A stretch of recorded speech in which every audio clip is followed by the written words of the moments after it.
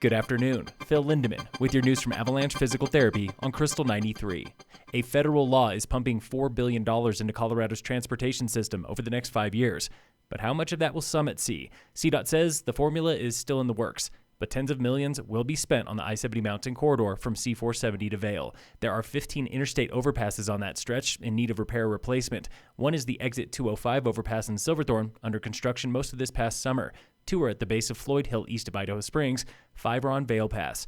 Money for these bridge projects also comes from the Faster Fund, a fee added to vehicle registration.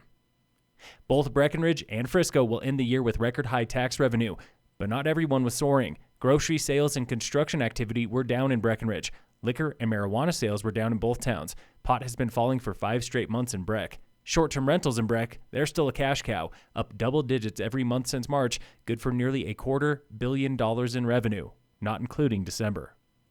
A 5% tax on short-term rentals is going on the April ballot in Frisco, but local rental agent Mary Waldman says the town is blinded by dollar signs. Here's what we heard from 3 different town council members. It's on YouTube.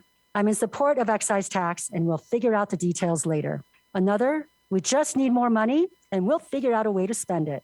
And the really good one, more money is good. Agreeing with Waldman is Dan Fallon, the only councilman who voted against the ballot question. We're just missing an opportunity here to come up with a more inclusive, more broadly supported types of revenue streams. Mayor Hunter Mortenson says Frisco does have a plan for millions in housing cash, pointing to a partnership between Frisco and CDOT at 7th and Granite. To say that we have done nothing with that funding, I think is untrue. We do have a plan, and I think we've done a pretty good job in spending other of those funds. CDOT and the town will finish design on that project this spring, but construction is not guaranteed. Partners can back out of the deal if they do not agree on cost and design.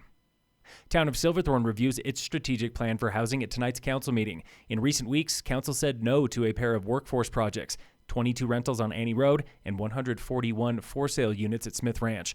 Instead, council wants $4 million for rentals at 4th Street Crossing starting next year and $10 million for Smith Ranch rentals in 2024. This week, on the State of Summit. The crime trends in Colorado are going through the roof, and there's a lot of reasons for that. And there's a lot of things that, people may not want to talk about. That was Silverthorne Police Chief John Miner. He and other local chiefs point to 3 unspokens. First is staffing. We've struggled with that in the past, but nothing like it is today. The Silverthorne Police Department used to get 40 or 50 applications for just one position. Those days are long gone. That pain is also felt in Breckenridge, where Chief Jim Baird's department is at 60% strength.